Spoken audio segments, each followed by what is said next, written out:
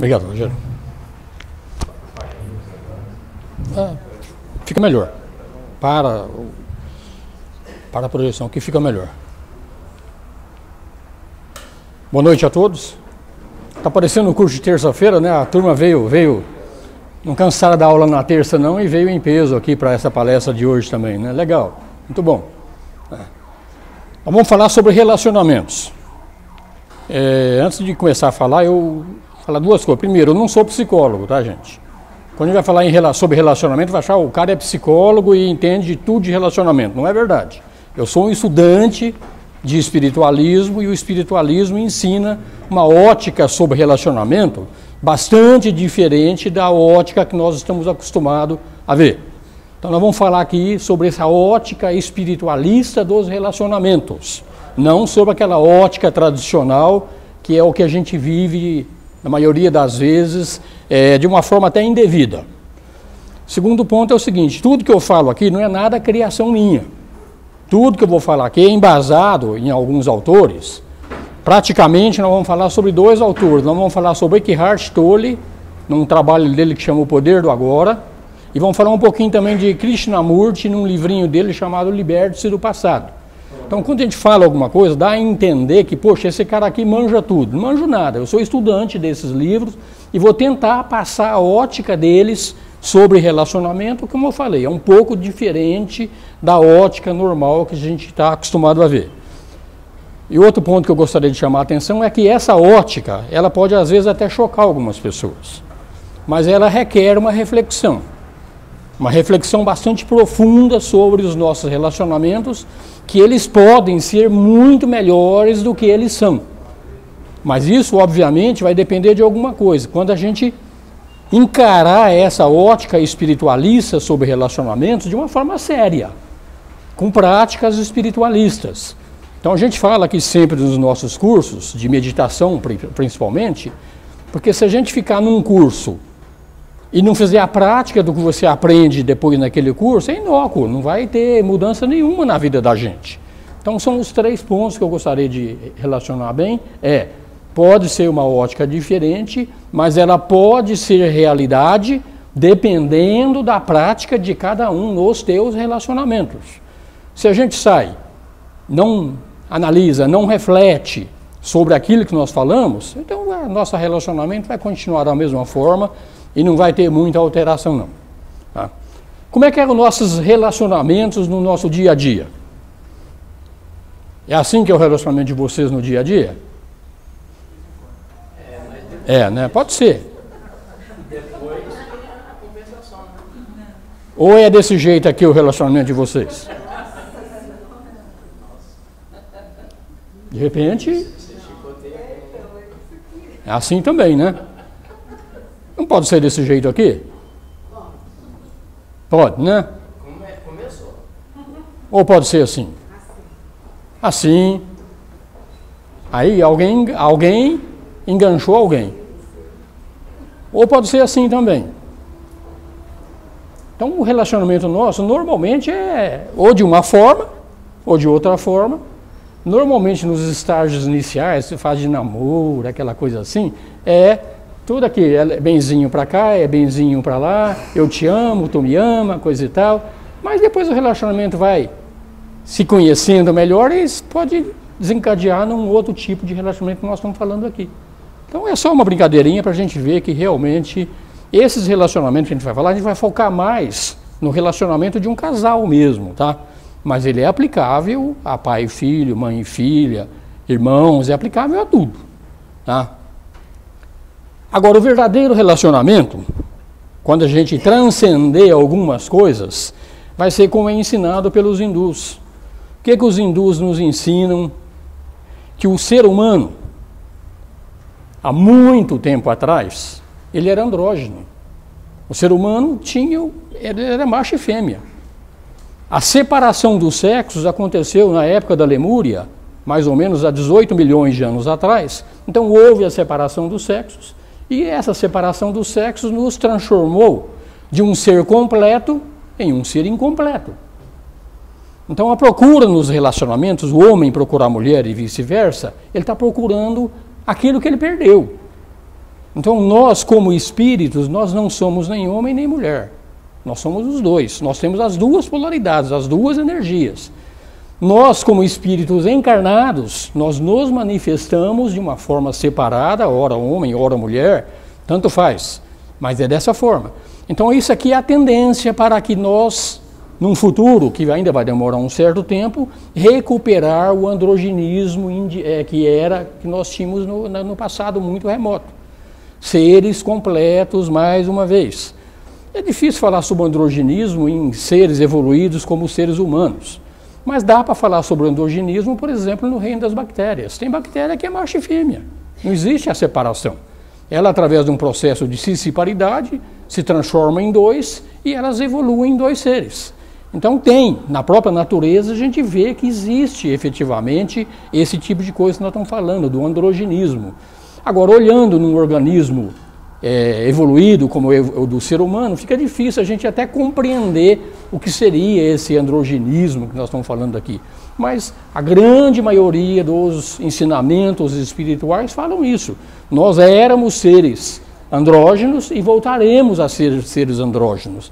Aqui nós estamos falando de Shiva e Parvati, que é o aspecto masculino e o aspecto feminino daquilo que é chamado como, na teosofia, nós chamamos do primeiro logos.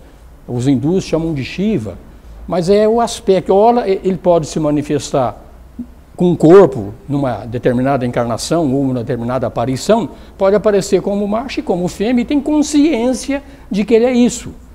E nós, nas nossas relações, a nossa procura pelo sexo oposto, normalmente é essa procura espiritual da metade que está faltando na gente. É aquela famosa metade da laranja que a gente está procurando. Só que a gente procura a metade da laranja para fora. E com o tempo a gente vai aprender que a procura da metade da laranja para fora, ela é infrutífera.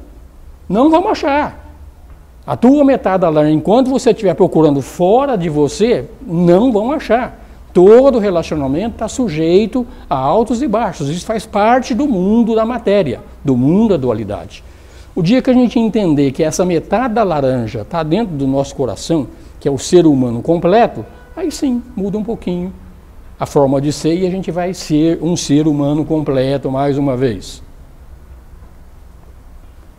Quando a gente fala então numa vida, a gente tem uma determinada evolução na nossa vida.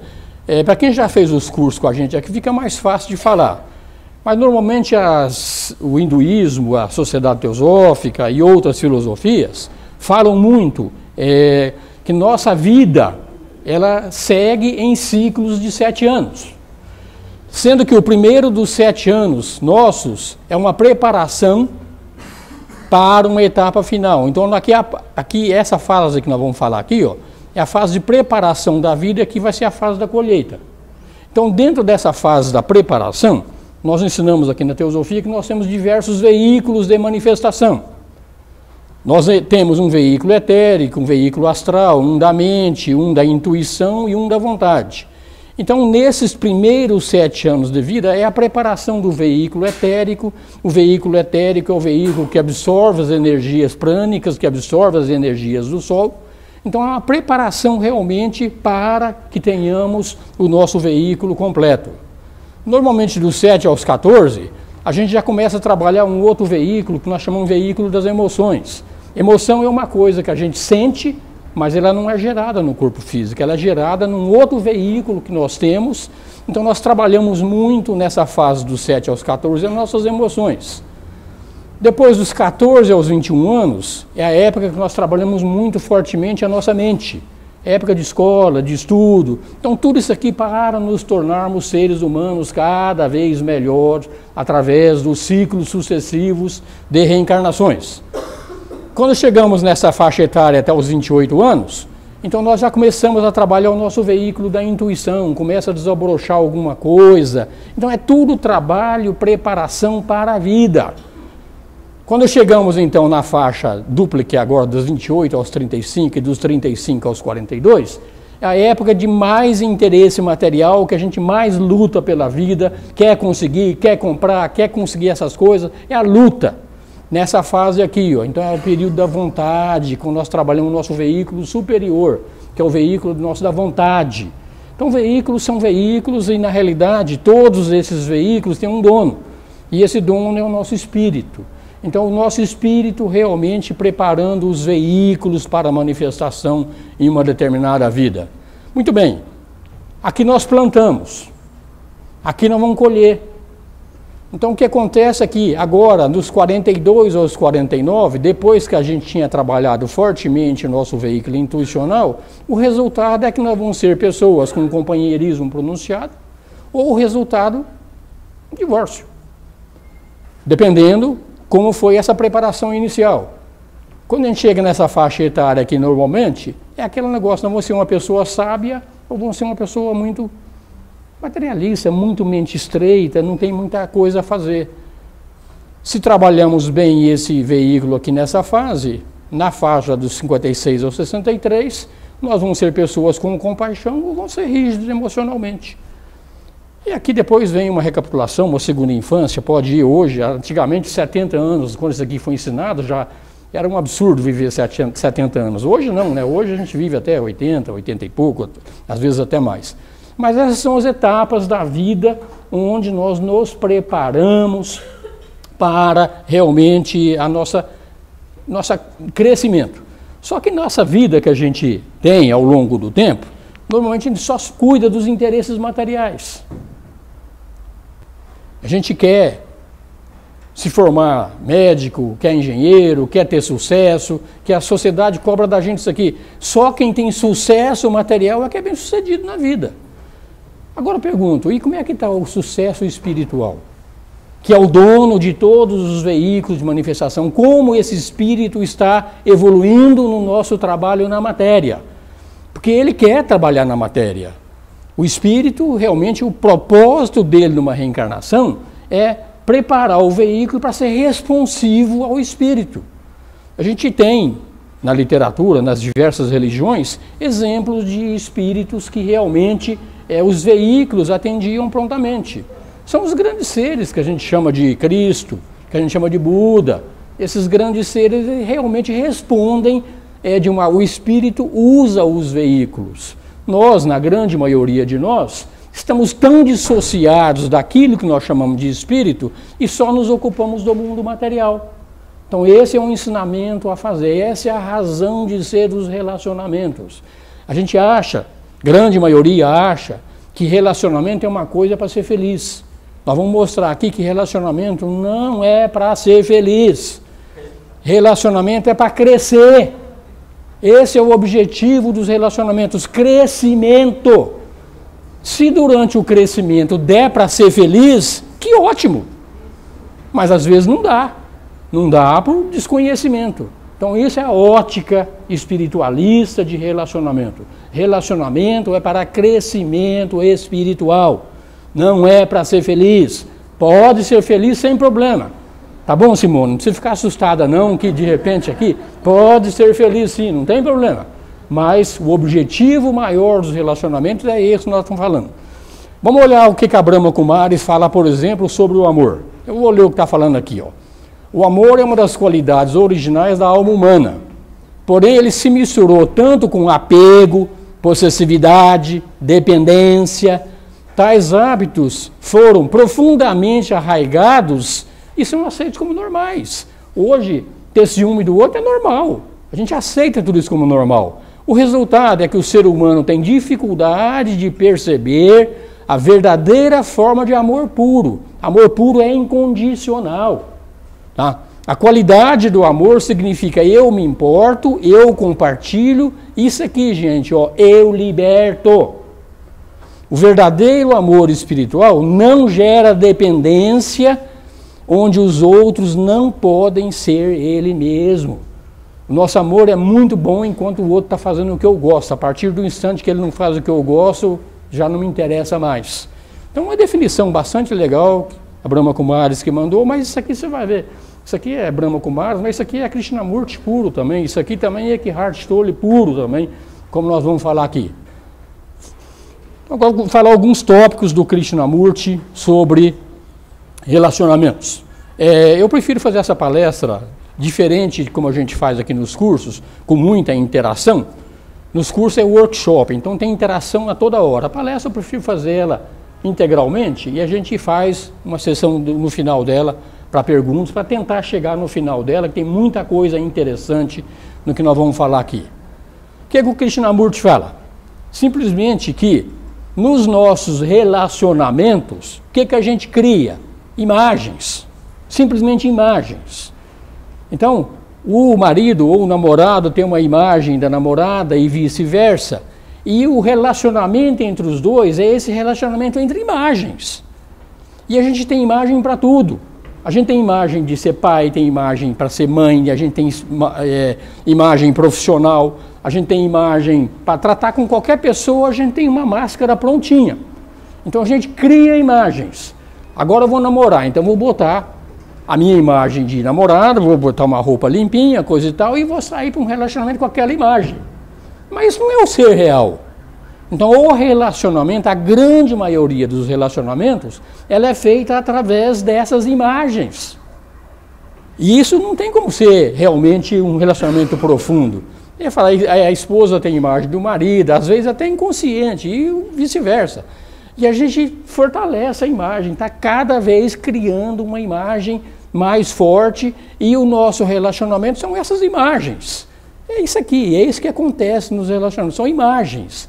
E a verdadeira relação entre dois seres humanos, ela cessa através das imagens, né? Não acaba sendo um relacionamento natural, acaba sendo forçado. A gente cria a imagem com um determinado objetivo, que é conquistar o outro. É aquilo que a gente faz uma imagem com o objetivo realmente de conquistar. Então a relação baseada nesse tipo de relacionamento, que são imagens, ela não produz paz, porque essas imagens são fictícias. A gente vai mudando com o tempo e chega uma hora que a máscara cai.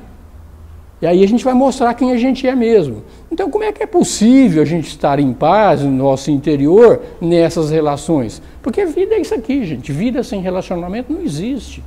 Você pegar e sair do mundo e entrar num ashram, vai lá para a montanha, se isolar do mundo, não resolve. O mundo é relacionamento.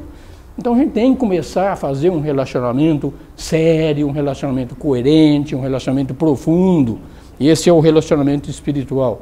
O Krishnamurti ainda fala que existe conflito nessas imagens. Isso provoca relações que são superficiais, não são relações profundas, e as consequências desse tipo de relacionamento podem se tornar devastadoras com o tempo, né?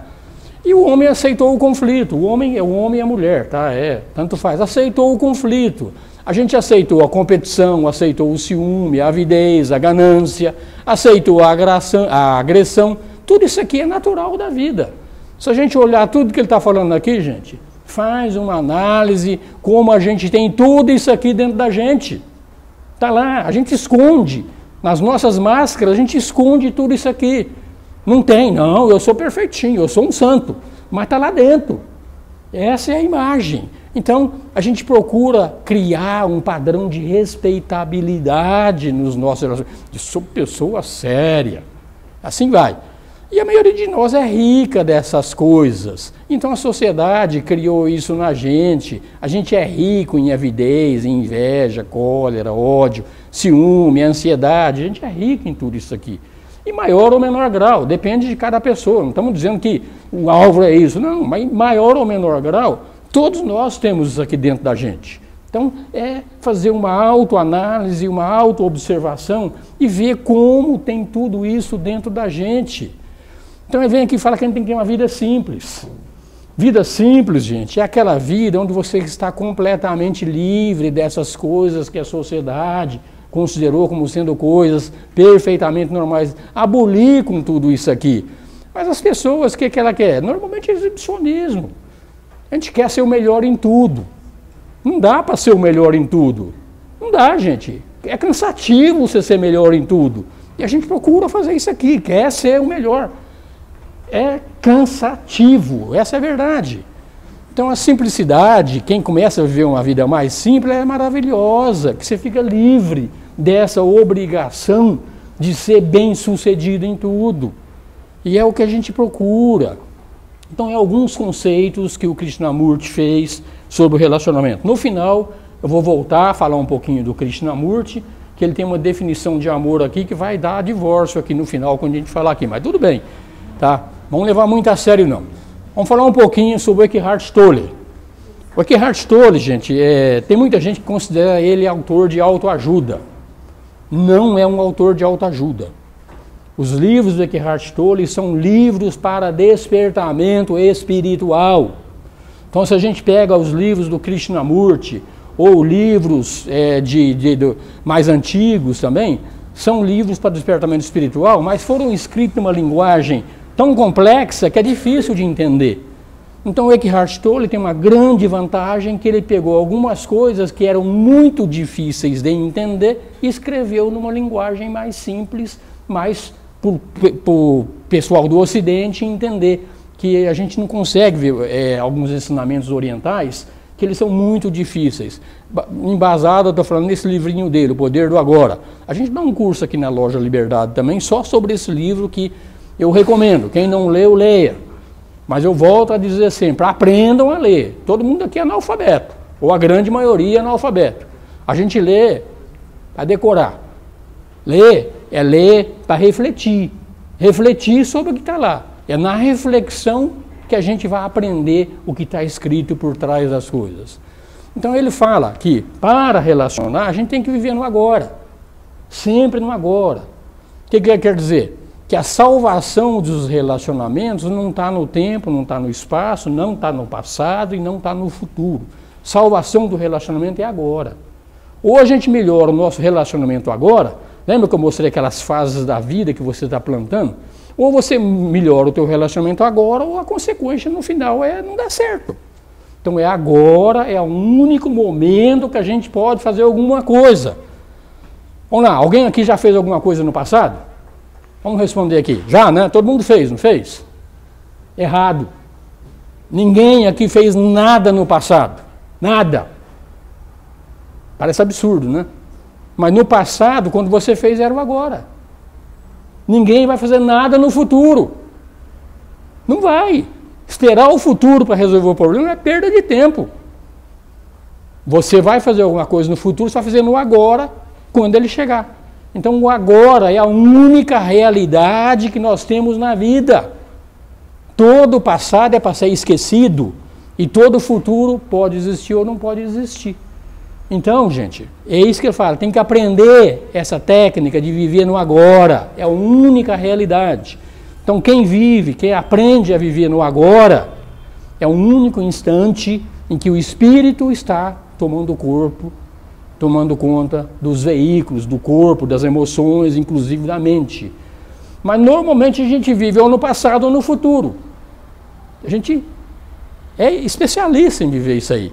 Então, a gente procura prazeres físicos, procura posse, gratificação psicológica, porque a gente acha que tudo isso traz felicidade. Posse traz, gratificação traz. Compra um carro novo, você fica feliz da vida. Depois de um mês, você acostumou com aquele carro, acabou aquela gratificação pelo carro novo. Então, posse não é felicidade. Pode até trazer alguma coisa durante um certo instante, mas não só posse, prazeres físicos, gratificação psicológica, tudo isso em vida curta. Nós ensinamos aqui sempre que prazer e dor são duas coisas que andam lado a lado. Sempre. Onde o prazer está, a dor está escondida. Está ali do lado. Então, se você bobear, a dor vem crau, muito em cima. Então, é assim que acontece. E a gente procura a nossa felicidade nessas coisas que nós chamamos de coisas exteriores. Quando eu conseguir isso, me livrar daquilo, livrar também, né? Me livrar do meu cunhado, aquele que me enche o saco pra caramba lá, o dia que eu me livrar dele vai ser melhor, tá? Isso aqui é quase que inconsciente, isso aqui cria uma ilusão de salvação no futuro. Não existe salvação no futuro, a única salvação possível é agora. Né? Essa verdadeira salvação é paz, vida plena, satisfação, é aprender a agir como nós efetivamente somos e não deixar a máscara que toma conta de nós agir. Então a verdadeira salvação é conhecermos como parte de uma vida única. Isso aqui é uma das coisas mais difíceis de entender na teosofia. tá? Que nós somos corpos diferentes, percepções diferentes, mas em cima existe um único espírito que se manifesta através de corpos diferentes. Essa é a maior realidade que um dia a gente vai ter que entender. A melhor imagem disso é a imagem do formigueiro. As formigueiras, as formiguinhas, todas elas fazem parte de um alma-grupo e todas elas agem de acordo com a alma-grupo. Então são corpos diferentes, mas você pode ver que as formiguinhas todas agem do mesmo jeito, porque elas estão ligadas totalmente na alma-grupo. Diferente de nós, que não estamos ligados na nossa alma-grupo, que é Deus, nós não estamos ligados nela e achamos que somos pessoas separadas e é cada um para si e Deus para mim. É assim que a gente acha, só olha para o próprio umbigo. Então é isso aqui, então essa vida única é a aspiração de todas as pessoas que procuram de uma forma séria o espiritualismo. Aí começa, em função disso, de viver no agora, falar sobre relacionamentos, que nosso relacionamento é amor e ódio. Todo relacionamento ele passa por esses conflitos de amor e ódio, porque é a vida na matéria é a vida da dualidade. Todas as energias vêm sempre em duas, o prazer e a dor, o quente e o frio, o claro e o escuro, vem tudo junto. E aquele amor que a gente acha que é o amor terreno, ele tem o oposto dele, que é o ódio. Então os dois estão ali também. Então a gente acha que a gente está numa fase de amor, de repente a gente entra numa fase de ódio e fica alternando entre essas fases. Essa é a nossa vida. Então durante um tempo, um casal parece que é perfeito, quando a gente está apaixonado, principalmente quando está apaixonado. Nossa, é a perfeição, tudo é uma beleza. Tá? Então acontece que de repente essa perfeição que é aparente, começa a surgir discussões, conflitos, violência, e transforma-se numa relação de amor e ódio. Então aquilo que poderia ficar sempre só no amor, às vezes tem gente que fica só no ódio também, tem esse lado também. São sempre os extremos. A técnica correta é o que o Buda chama o caminho do meio. Não é que você está nem no amor ou no ódio, não, você não está nem num nem no outro, você está fora dos dois. Você enxerga os dois extremos, mas não se deixa influenciar nem por um nem por outro. Porque esse amor que ele está se referindo aqui é o amor terreno, é o amor que a gente compreende como amor. Então, os relacionamentos dessa fase, que entra nessa fase de amor e ódio, oscila entre as polaridades de amor e ódio, e por consequência, prazer e dor. Mas o relacionamento, quando entra nessas fases, se não tiver pelo menos um dos dois que estão se relacionando com um pouco mais de equilíbrio do que o outro, o que acontece é isso aqui, ó. Acaba o relacionamento. Simplesmente acaba. Porque vai. A lei do mundo, da dualidade é essa. É tudo impar. Então, onde tem o amor não verdadeiro, o amor, esse amor, o ódio está ali do lado. É só aquele meu benzinho não fazer o que eu gosto e já começa a ter encrenca. Então a gente está falando aqui de relacionamentos românticos, né? Não desse verdadeiro amor, que o verdadeiro amor não tem opositor. O verdadeiro amor que nós estamos falando, que nós estamos procurando, é o amor para aquela metade da laranja, que no fundo é a laranja completa, que está no nosso coração.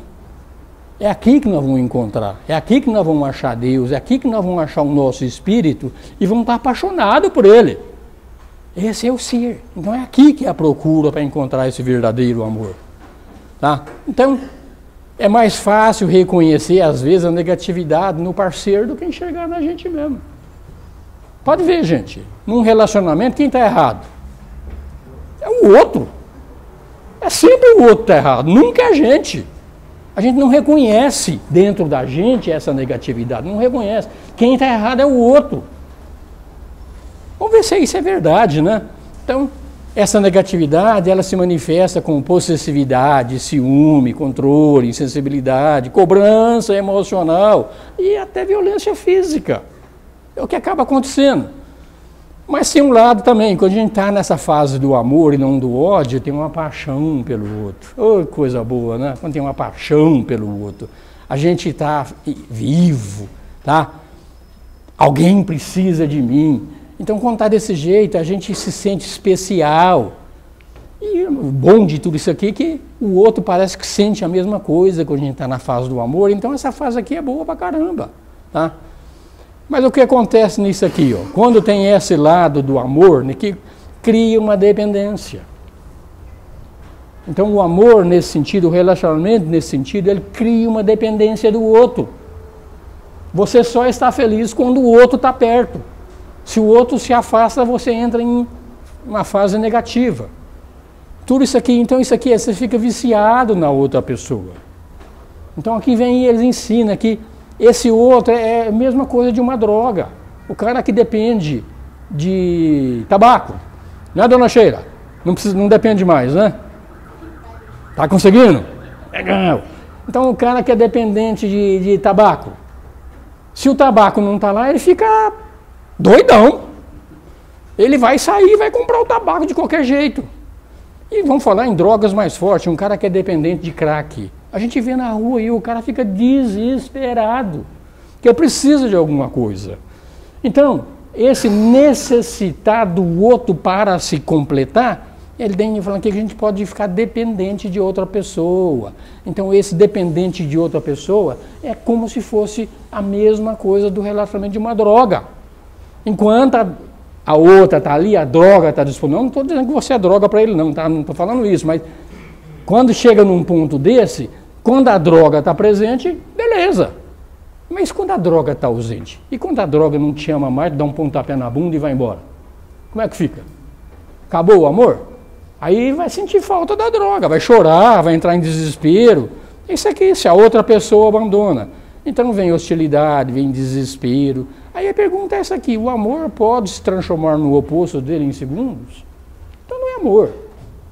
Então isso é essa relação de amor e ódio, que a gente vive muitas vezes em maior grau ou menor grau, dependendo de cada um, tá? Não é?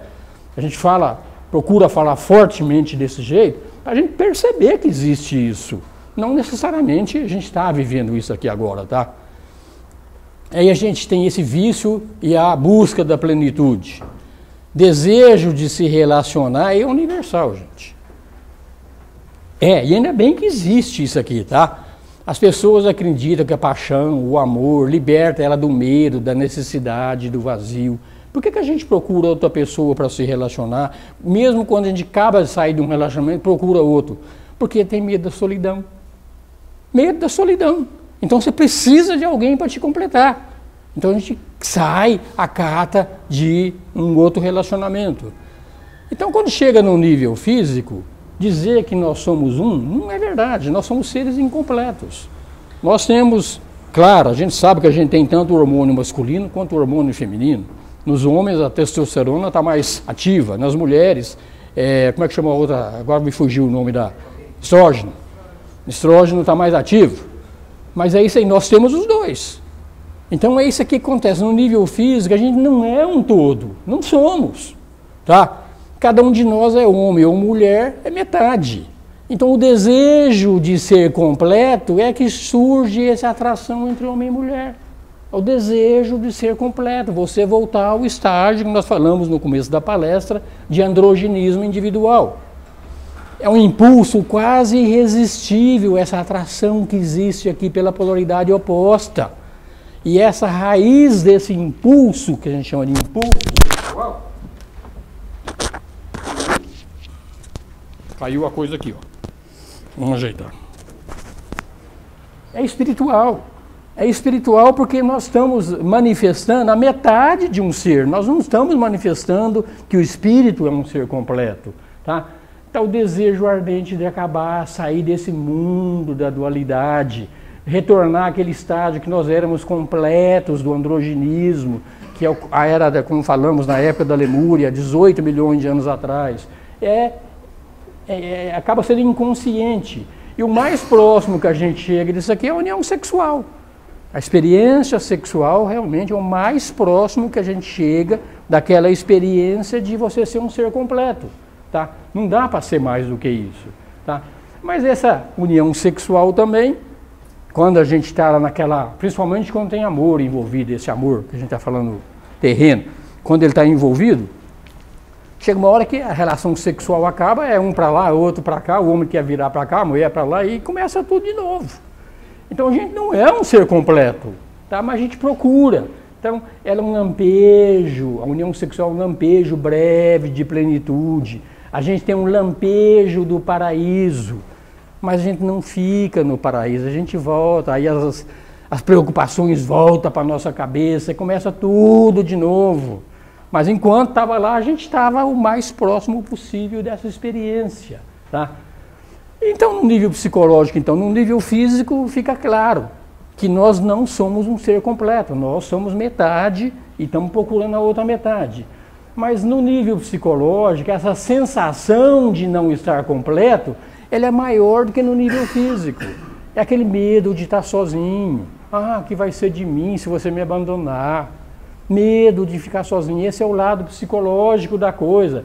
O sentido de quem você é, essas coisas ilusórias, nosso papel na sociedade, nossas propriedades, tudo isso aqui ó, é onde a gente se sente a realização. Agora, gente, tudo isso vai acabar. Mesmo que não termine um relacionamento, eu estou casado com a minha esposa, ela já está me aguentando há mais de 30 anos, né? 35, né? Tá me aguentando, é uma santa, viu? Para me aguentar aqui, é 35 anos. Não é mole, gente. Não é mole não, tá? Então a gente extrai o sentido da realidade de coisas que estão fora da gente.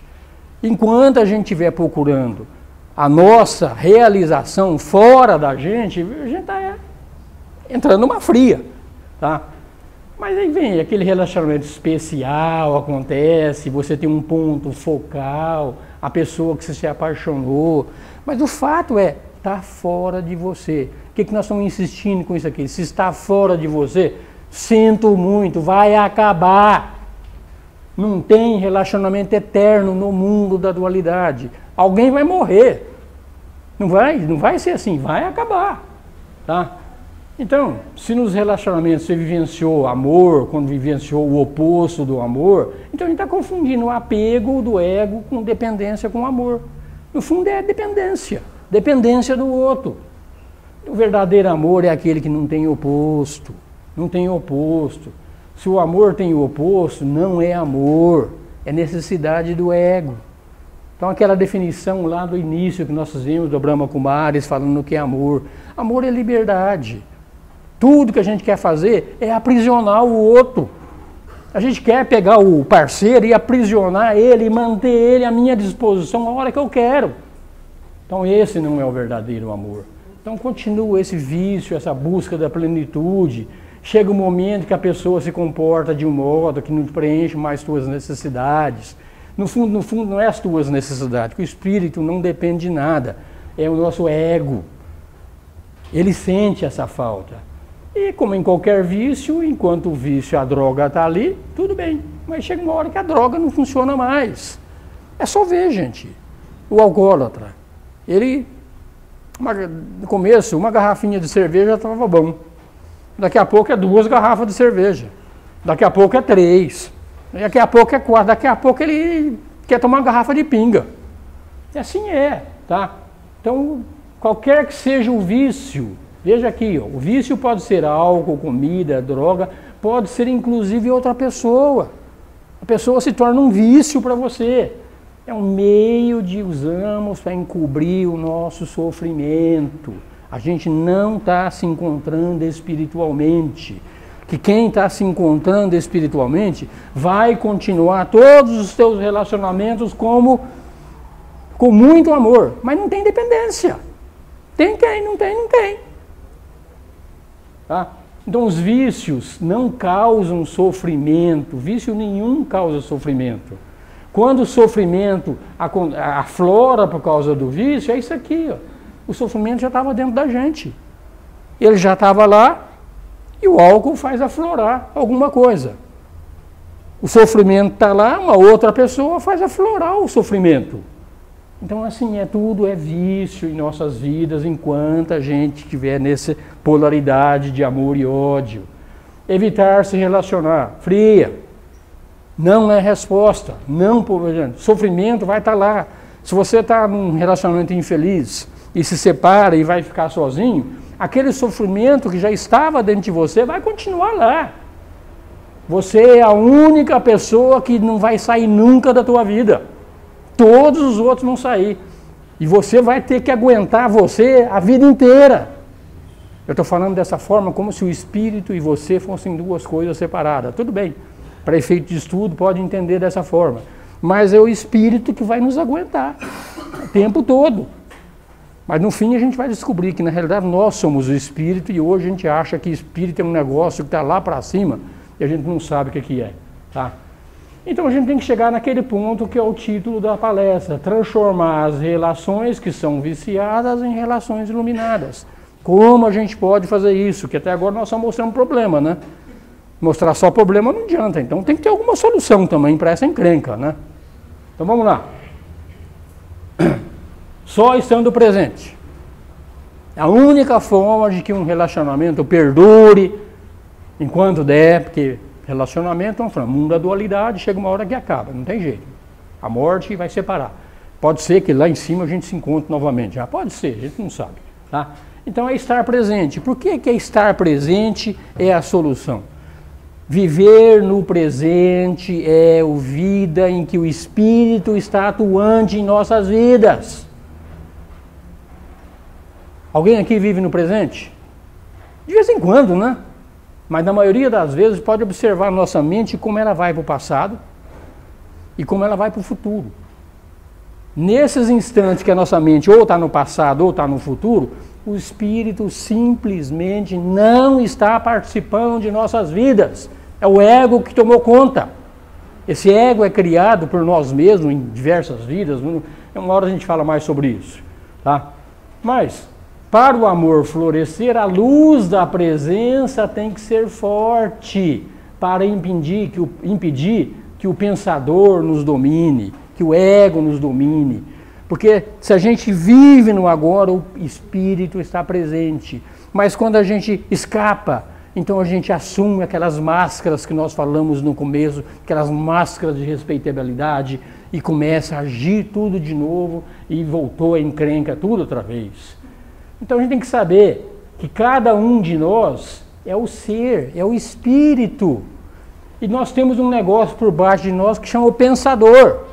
Só que a gente está tão identificado com o pensador que acha que o pensador somos nós. O pensador não somos nós. Os pensamentos acontecem. Nós somos seres espirituais que vivem além da mente. Mas enquanto a gente não tem essa percepção, a gente vive no passado ou no futuro. E o que está memorizado dentro da gente, na nossa memória, é o nosso passado. Todo o nosso passado está dentro da nossa memória. E como a gente tem que fazer alguma coisa, alguma atitude, a gente fala sempre isso aqui, tá? A atitude é uma coisa do agora. Eu preciso fazer alguma coisa, é do agora. Em que eu me embaso para tomar uma atitude? Eu me embaso na minha memória. Aquilo que eu já aprendi. Então nós estamos pegando o conhecimento do passado para atuar no presente. Não funciona. Então para que o relacionamento seja perfeito, você precisa estar ligado no presente para ter uma atuação no presente. Hoje as nossas atuações são embasadas no nosso passado. Mas o presente é dinâmico. O presente precisa de alguma coisa ligada no presente. Isso o hinduísmo chama o budismo chama de reta percepção. A reta percepção é a percepção do espírito, não é a percepção da mente.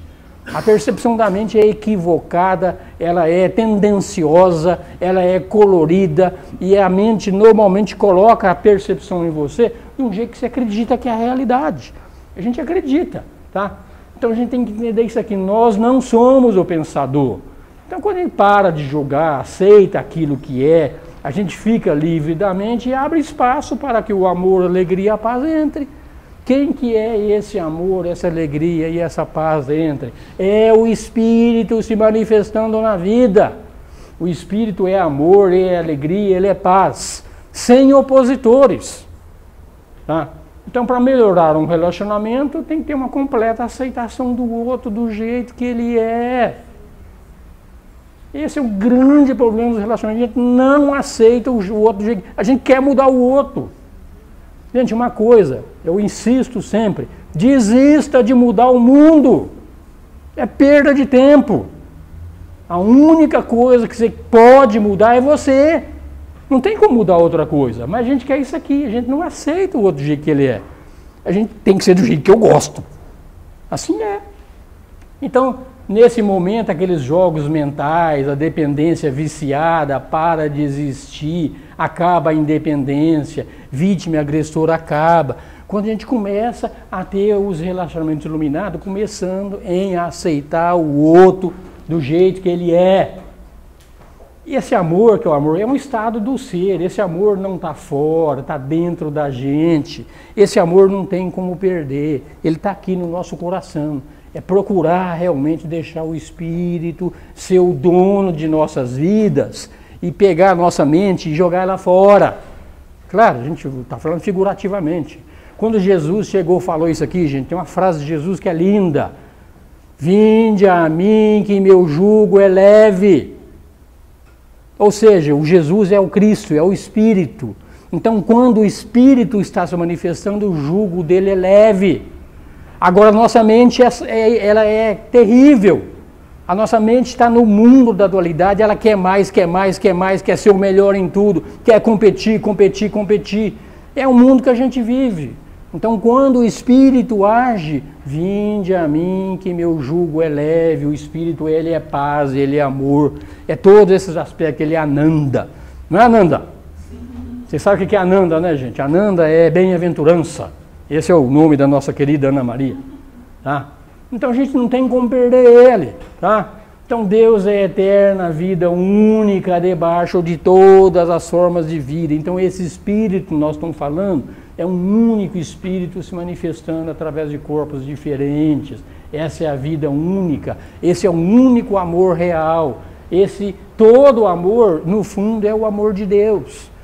E o amor que nós entendemos como amor, ele é paixão, ele é essa coisa aqui que oscila entre as polaridades do amor terreno e ódio. Então o verdadeiro amor está dentro da gente, essa é a procura, essa é a razão de ser de todas as nossas reencarnações. Encontrar Deus dentro de nós. Encontrou Deus dentro de nós, nós vamos estar apaixonados por Deus. E ao mesmo tempo nós vamos amar o nosso parceiro até mais do que a gente amava antes. Até mais, tá? Que vai ter verdadeira compreensão. Então esse amor ele não é seletivo, assim como o sol nasce para todo mundo, nasce até para você, Wilson. É desse jeito, até para você ele nasce. Tá? Então amor não é exclusivo, não é. A exclusividade. É, né? Então exclusividade não tem nada a ver com o amor de Deus. Essa exclusividade é amor do ego. E nos nossos relacionamentos, você não me ama mais, você está amando os outros. Não pode, a gente quer exclusividade. Então isso não é amor.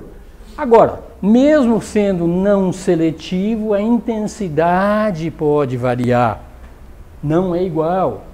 Então tem um vínculo que liga todas as pessoas. Esse vínculo se chama Deus, se chama Espírito. Esse é o vínculo que liga todo mundo. Então, o mesmo vínculo que liga duas pessoas, liga um desconhecido que está ao teu lado no ônibus. É o mesmo que está lá. Agora, o vínculo que liga dois desconhecidos, ou o vínculo que liga você e essa pessoa que você não conhece no ônibus, é o mesmo vínculo, mas a intensidade não é igual. A intensidade é diferente. Porque dá a entender quando a gente começa a falar isso aqui, então eu vou mergulhar no amor de Deus e que vai ser da minha família. Não, vai continuar do mesmo jeito. Não vai mudar. A tua compreensão é que vai mudar. Tá? Então, quando a mente, a identificação com a mente reaparece, a gente deixa de ser quem a gente é e começa de novo aquela brincadeira de máscara de relacionamento. Então, essa é a ótica que nós estamos falando da relacionamento de uma forma espiritual. Então, o relacionamento agora passa a ser uma prática espiritual.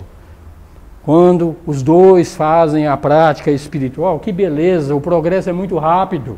Tá?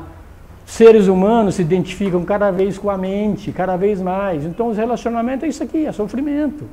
Tá? Sai de um relacionamento para outro, aquela satisfação ilusória, com a polaridade oposta. Tem muitos que estão num relacionamento, vivem juntos, onde prevalece a negatividade. Tem outros que permanecem junto porque tem um acordo vantajoso para o casal. O que vai ser de meus filhos se eu me separar? Pode ter certeza que Deus vai cuidar do mesmo jeito. Do mesmo jeito, tá?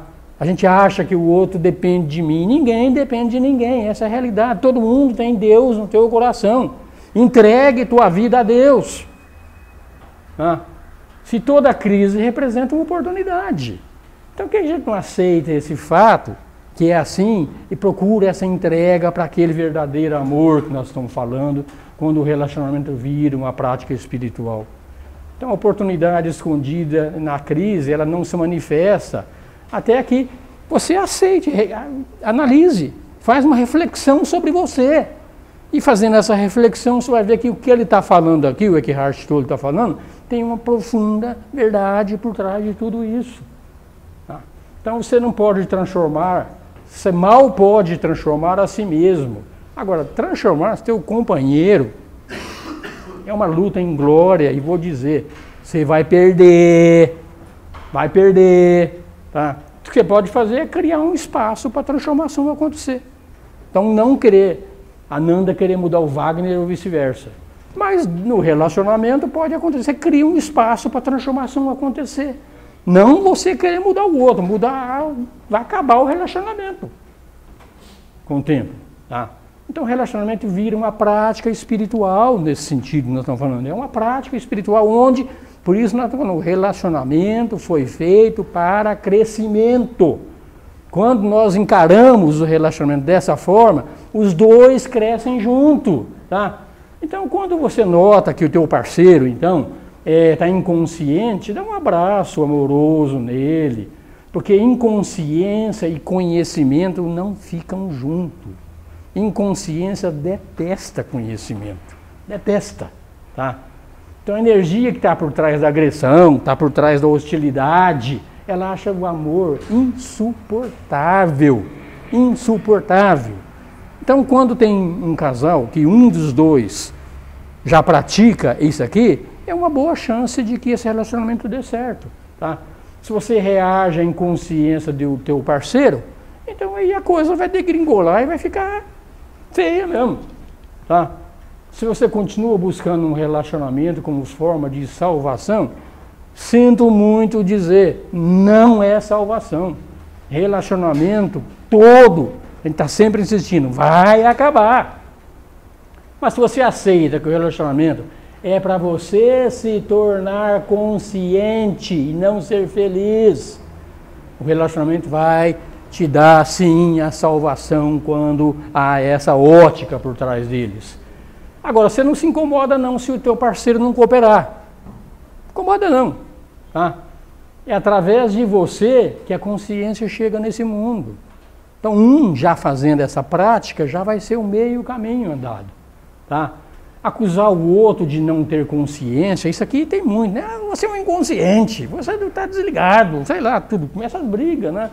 No momento que a discussão começar, você se identificou com a posição mental, o ego tomou conta outra vez. O espírito perdeu a preponderância. Ele voltou ao comando, o ego. Você ficou inconsciente de novo, tá? Então, se você tiver com essa presença forte, você consegue agir sem o envolvimento do ego. O ego que é o safado, que está sempre julgando, sempre analisando, sempre querendo o melhor, querendo sempre para a existência dele, tá? Então, sem culpar, sem acusar que o outro está errado, senão não vai dar certo. Então, ser o saber, cria essa aqui, você é o saber, permite que as pessoas são como são, tá? Quem adota essa prática, então o outro não fica com você inconsciente, ele vai achar insuportável ficar com você, se você está consciente, ou ele vai ter que se transformar, ou vai acabar.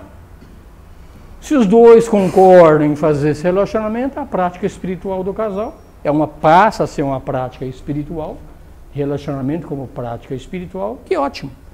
Então tem tendência de recuperar o relacionamento. Então a gente tem que aprender a ouvir, mas ouvir mesmo, sem reserva, dar espaço para ele se expressar. A gente ouve o outro daquele jeito. Você começa a ouvir e já começa a pensar, o que é que eu vou responder para esse cara safado aí. É assim que a gente ouve e não ouve. A gente está ouvindo e já pensando no que vai responder. Como a gente age, tá? Então, a gente acusa, defende, ataca, tudo isso aqui, tá? Fortalecendo o ego. Então, dá espaço aos outros, espaço para si próprio. Para si próprio. O que é dar espaço para si próprio? Dar espaço para o outro, talvez a gente até entenda, mas dar espaço a si próprio é desligar a mente e deixar o espírito se manifestar na vida. Isso é dar espaço a si próprio, é para o espírito entrar. É ele que tem que viver, é ele que tem que controlar nossas vidas e não a nossa mente. Tá? Se seu parceiro continua identificado com a mente, com o sofrimento, vai ser um grande desafio. Mas, felizmente, esse desafio é para ele. Porque não é fácil conviver com uma pessoa iluminada e você não é. Não é fácil. Então, o desafio, quando alguém está tentando fazer a prática espiritual do relacionamento e o outro não concorda, é um grande desafio para aquele que não concorda. Tá? Agora, atenção, é necessário, tá? Porque tem muita gente que é fechada, retraída, insensível e acha, eu sou iluminado. Insensível e acha que ele sabe de tudo isso aqui, eu sou muito iluminado. E tenta convencer os outros.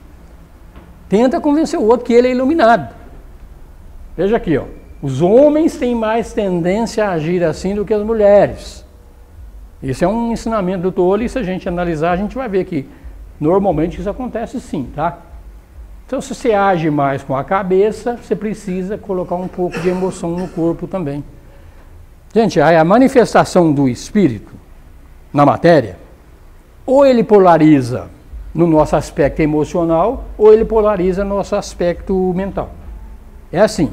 Normalmente, a polarização do espírito, quando a gente tem uma nova experiência, uma encarnação, a polarização do espírito, normalmente é naquele veículo que você está menos desenvolvido. Então, quando tem uma polarização excessiva no veículo das emoções, é porque o veículo da mente está um pouco melhor, o das emoções precisa ser trabalhado. Quando o espírito se polariza no aspecto mental, é porque normalmente a mente precisa ser desenvolvida e o emocional já está mais desenvolvido. Isso aqui não é para falar de homem e mulher não, tá, gente? Que o espírito ele não é nem homem nem mulher, então tanto faz. Ora a gente pode ser um, ora a gente pode ser outro. Mas na grande maioria dos casos, nos casos de encarnação em corpo feminino, há uma polarização mais no emocional. E no masculino, normalmente, é uma polarização mais no mental. E nenhum não é melhor que o outro. O melhor é o equilíbrio. O equilíbrio que é o ideal. Onde você é uma pessoa racional, mas também tem a emoção dentro de ti. Agora, quem é tremendamente emocional e não tem nada de racional, também não é bom. Então, achar o equilíbrio, independente do veículo que a gente está usando, se é um veículo masculino ou um veículo feminino. Mas é isso aqui, quem age muito com a cabeça precisa colocar emoção no corpo. Quem age muito emocionalmente também precisa colocar um pouco de racionalidade na vida, tá? E essa ausência de amor, quando acontece no relacionamento, ele vem e fala que a mulher percebe mais do que o homem. E essa percepção dessa falta de amor desencadeia um sofrimento na mulher e ela pode começar a atacar o parceiro culpando, criticando, você é insensível, aquelas coisas todas. Então tem formas e formas de se trabalhar isso aí. Então a gente está fazendo a prática espiritual. Quando as duas partes foram dominadas, atingiram um nível de inconsciência tão forte quando os dois são dominados. Aí a coisa é sofrimento. Só no sofrimento mesmo é que pode consertar isso aqui depois de muita dor. Tá? Então cada desafio é aquilo, é uma oportunidade disfarçada de chegar na salvação. Então a hostilidade da mulher pode ser um sinal para o homem que ele está identificado com a mente. E vice-versa, a hostilidade de um homem pode ser que a mulher está muito ligada no emocional. Então o equilíbrio é a tentativa que a gente tem que achar.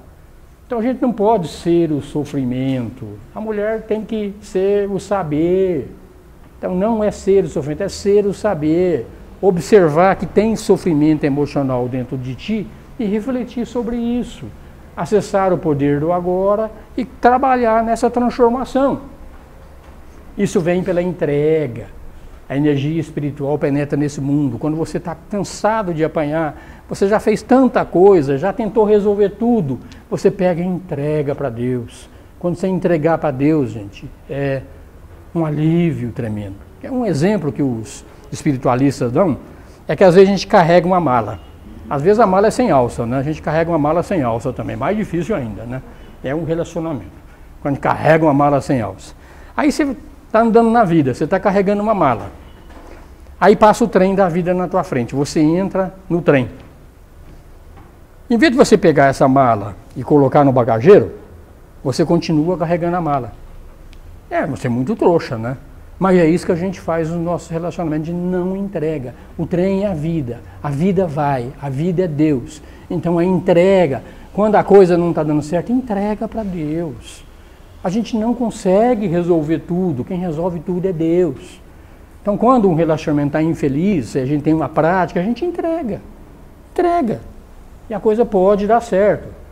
Quando Jesus falou isso aqui, ele falou isso aqui, bem-aventurados os mansos, porque herdarão a terra. Os mansos são aqueles que estão se entregando para Deus. Não carregue todos os problemas do mundo. Tem alguns problemas que a gente tem que carregar, faz parte do nosso karma individual. Mas a grande maioria dos problemas é que a gente está assumindo o problema do outro. Como a gente assume o problema do outro e quer carregar e vai levar junto? Entrega. Não significa que você não vai ajudar. Você pode ajudar se você for chamado e tiver oportunidade. Mas a gente mete o nariz onde não deve e assume os problemas e quer carregar os problemas do mundo. Aí não dá, pô. Tá? Então tem que haver entrega. Pessoas manipuladoras, controladoras, estão isoladas do espírito, isoladas, tá? As pessoas inconscientes são as únicas que podem ser usadas e manipuladas. Quem tem uma presença espiritual forte, ela não é manipulada em hipótese alguma. Quem reage, isso aqui, ao comportamento inconsciente dos outros, se torna também inconsciente nessa reação. Tá? Entrega não é uma permissão também para o outro tomar conta de você. A entrega não é para o outro, a entrega é para Deus. Nesse sentido, tá? Então é possível você falar um não. Gente, a melhor coisa que existe é um não bem dado. Não. Mas nem que a vaca tussa, não. Às vezes precisa. Senão o outro vem e toma conta. Então é isso aqui, você pode fazer isso aqui sem ser prepotente. Você pode dizer não, tá? Então quando você não consegue se entregar de jeito nenhum, então haja. Fala alguma coisa, faça alguma coisa, seja responsável pela tua vida, acaba com o relacionamento, faça o que você quiser. Não, a coisa é pega, tá? Você só precisa se preocupar com o aspecto interno, preocupar com o ser. O ser, para o ser, está tudo certo, não tem nada errado. Mesmo um péssimo relacionamento, está certo, está aprendendo pelo lado errado. Então essa entrega, os relacionamentos vão mudar profundamente quando você se entregar. Você não consegue aceitar o que é, então você não aceita a pessoa do jeito que ela é. Gente, a vida coloca situações na nossa vida que não tem outra coisa a não se aceitar. Não tem jeito. Quer ver um exemplo de não aceitação tão forte, tão forte? A gente recebe um corpo masculino e quer ser mulher. Ou você recebe um corpo feminino e quer ser homem. Está errado? Não está errado. Pode ser. Assuma as consequências. Mas é isso aí, a gente não aceita, você não se entrega. A natureza está dando a dica, você é desse jeito. Trabalhe de acordo com a ferramenta que você recebeu. Tem casos de homossexualismo que a pessoa cresce, não é que não tem, não, tem sim. Tá? Mas a maioria das vezes é tão complicado que a luta é inglória. Tá? Então transformar o agora num meio de atingir o futuro, isso aqui é outro problema também, a gente acha. Eu vivo no agora. Eu aprendi. Mas você vive no agora para conseguir alguma coisa lá na frente. Isso não é agora. Não é. Viver no agora é não ter expectativa nenhuma do futuro. Nenhuma. Expectativa zero do futuro. Aí você está no agora. Mas enquanto você estiver no agora e com a expectativa de receber alguma coisa, isso nunca foi agora. Nunca foi. Tá? Então o relacionamento passa a ser uma importância secundária, né? O que passa a valer é o que você consegue extrair de um relacionamento, um ganho material, gratificar o ego. Isso acontece na maioria dos relacionamentos. Discussão, observe como você se coloca na defensiva. Tá? Tudo isso aqui é para entrega. Então, esse apego aos pontos de vista e opinião. Gente, como a gente tem apego aos nossos pontos de vista, a gente defende o nosso ponto de vista de todas as maneiras possíveis. Pega um corintiano e um palmeirense e bota frente a frente, você vê como é que tem até morte para defender um ponto de vista. Isso é idiotice, é melhor não defender. Tá? Então sente a energia emocional, a necessidade de ter razão. É isso aqui que é a nossa mente. A nossa mente é desse jeito. É quanto mais encrenca, melhor.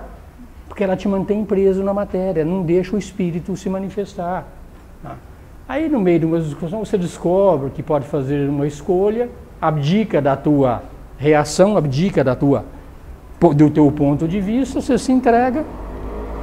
Tá bom, corintiano, você está certo. Mas cuidado com o jeito de fazer. Se você, ok, você está certo. Não dá, né? Não é assim. Tá? Não é abrir, né, dizendo, está bem, você tem razão, com aquele, dizendo, eu sou superior. Estou dizendo que você está certo porque eu sou bom, sou superior. Isso não é assim que funciona. Tá? Isso aqui é mudar a resistência para outro nível. A mente continua no comando. E o ego é safado. Ego é safado. Então a gente tem que estar alerta, presente, observando, né? Agora, se você se sente leve numa determinada atitude que você tem, se você é leve, livre, em paz, então você se entregou. Se você não tem esse sentimento de leve, de liberdade e de paz, então você não se entregou. Continua sobre o domínio do ego. Agora, não resistência não é não fazer nada, né? É fazer alguma coisa, mas fazer alguma coisa conscientemente. Não fazer nada quando estamos em um estado de presença, isso aqui é atividade sem ação. Não fazer nada é aquele negócio que eu falei, você está no agora, você faz tudo e não tem expectativa nenhuma do que vai acontecer lá na frente. Essa é a atividade correta, quando a gente não deseja frutos de uma determinada atividade. Os frutos que nós desejamos, a lei é muito clara. Se você deseja um fruto, a vida vai te dar. Vai dar. Então a gente fica preso no mundo da matéria enquanto deseja frutos. O ego acha que a força é na resistência. Mas na realidade a resistência é o que separa. Resistência é fraqueza, é medo disfarçado de força. Então na entrega a gente não precisa mais das defesas do ego, dessas máscaras. A gente passa a ser simples e real. Tá? O ego não sabe quando deixa de existir, a gente se torna vulnerável.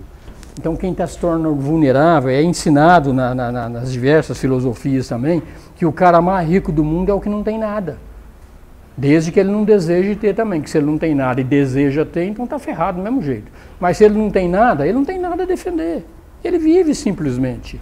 É a forma que os animais vivem. Os animais, eles vão atrás do alimento dele, satisfez a fome dele, acabou. Estão preocupados com nada. Igualzinho a gente, né? A gente está sempre querendo alguma coisa. Tá?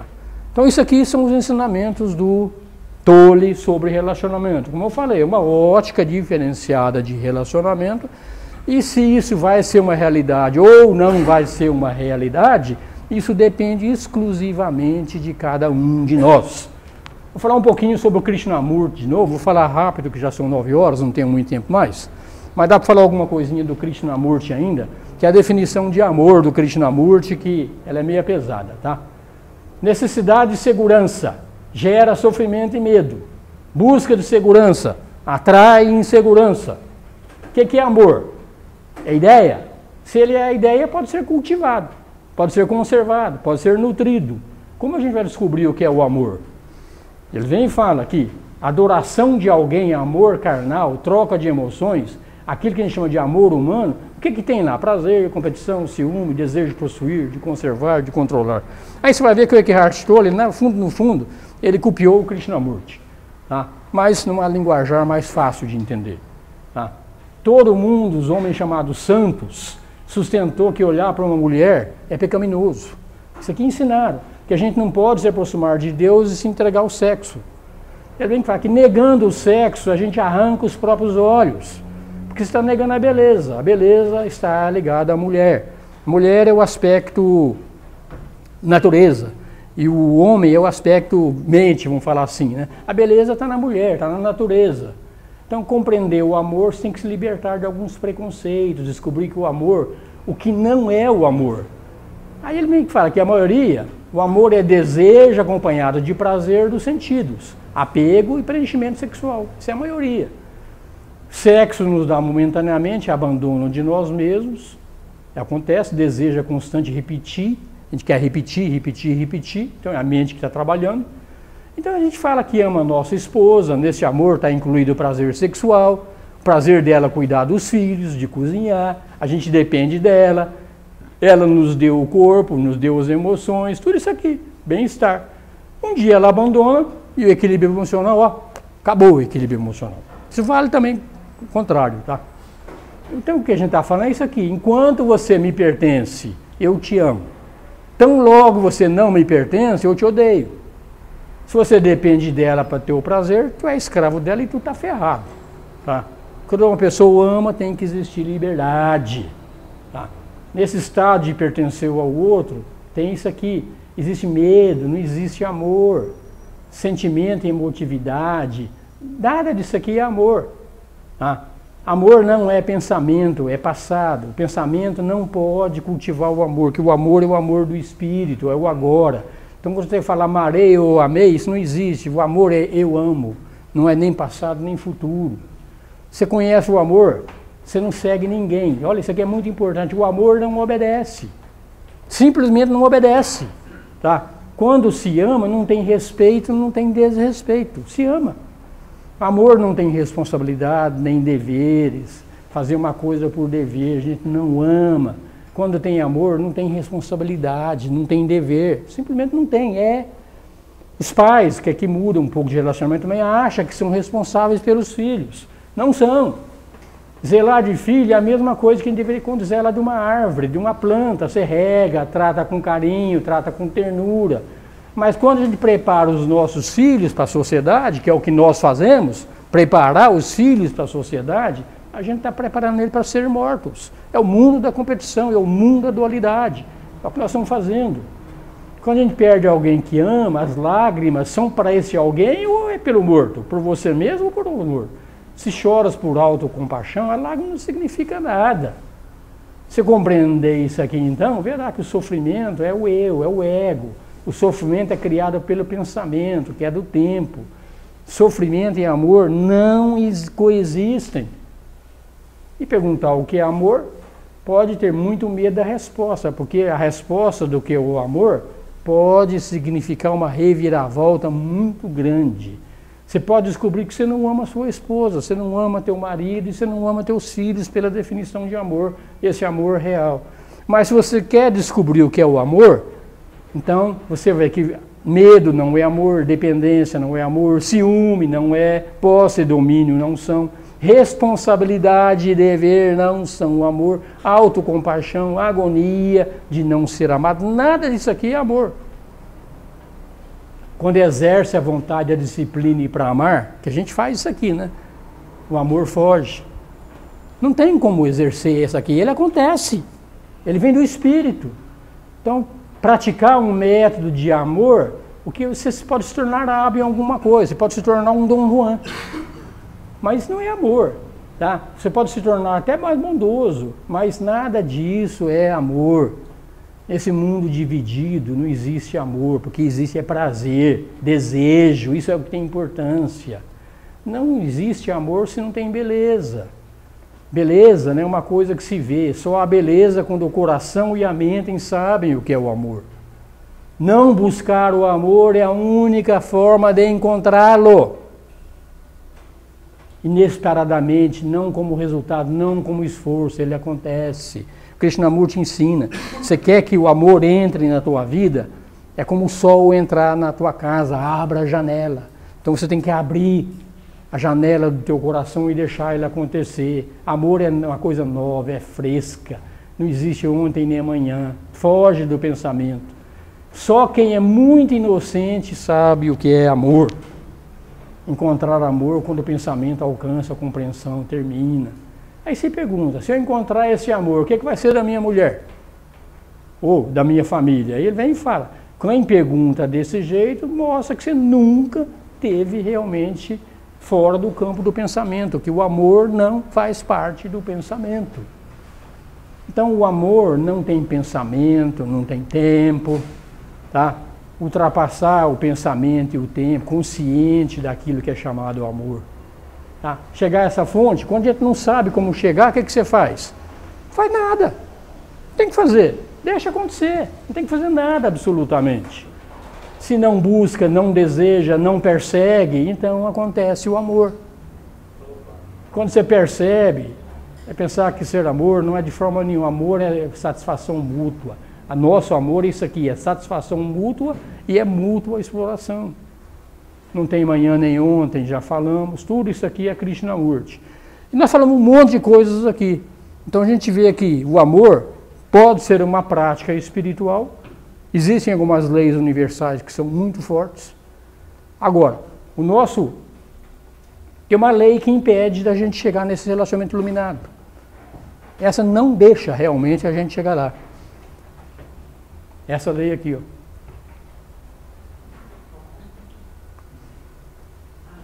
O ensinamento está aí.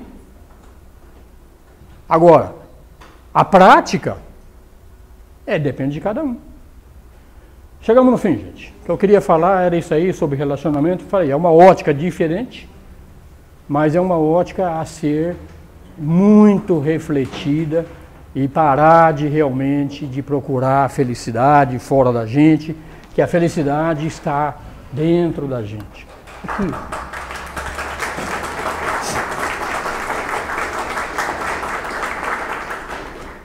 Alguma pergunta? Não, né? Você quer pular a janela? Pode perguntar. Não. Você quer pular a janela? É uma pergunta. Eu? Depois que você desmontou tudo. Montei tudo? Você desmontou tudo. Cara. Essas visões de relacionamento, Wilson, elas são para serem realmente refletidas, pensadas, e isso tem um poder transformador muito grande. Porque a tendência dos relacionamentos é essa aí. Se a gente não fizer uma prática, vai aparecer defeito tudo quanto é lado. Então você fez a tua parte pelo teu âmbito. Estou pensando alto, pelo meu âmbito. O âmbito do jumentinho aí. Uhum. O âmbito do jumentinho? Legal. Tem uma brincadeira séria que diz que todo homem bem-sucedido sempre tem atrás de si, todo grande homem tem por trás de si. E atrás dela, a esposa dele. Então,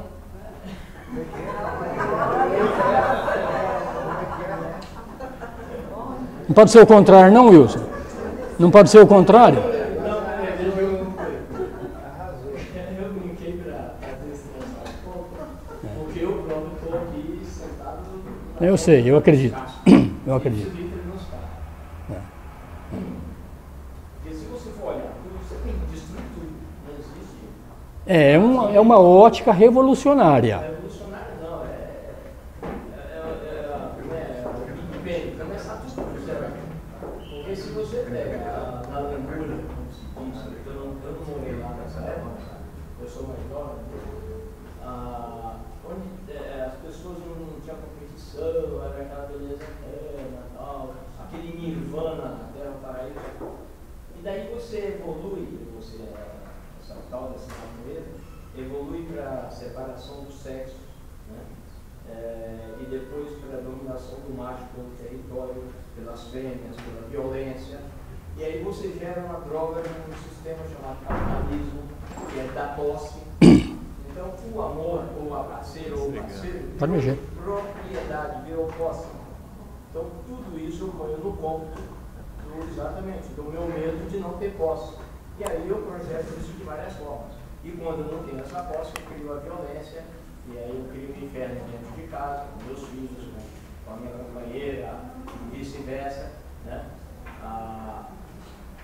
Então, quando eu olhando por esse ângulo, que é o ângulo aqui pequeno, que nós pobres mortais acessamos, e eu olho essa coisa que você coloca, é uma coisa para mim, mas tão longe, tão distante, para não existe. Tudo bem, Wilson. Você está fazendo o curso que a gente está falando de Raja Yoga aqui nas terças-feiras, você faz parte também. Tá? Então, realmente, a situação atual é a situação de que quem domina nossas vidas é a nossa mente. E a nossa mente é isso aí, tudo que você falou.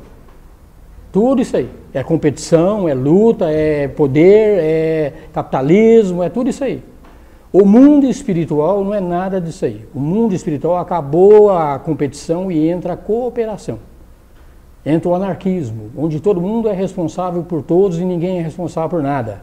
Então é uma troca, é ensinado realmente, é uma mudança fundamental.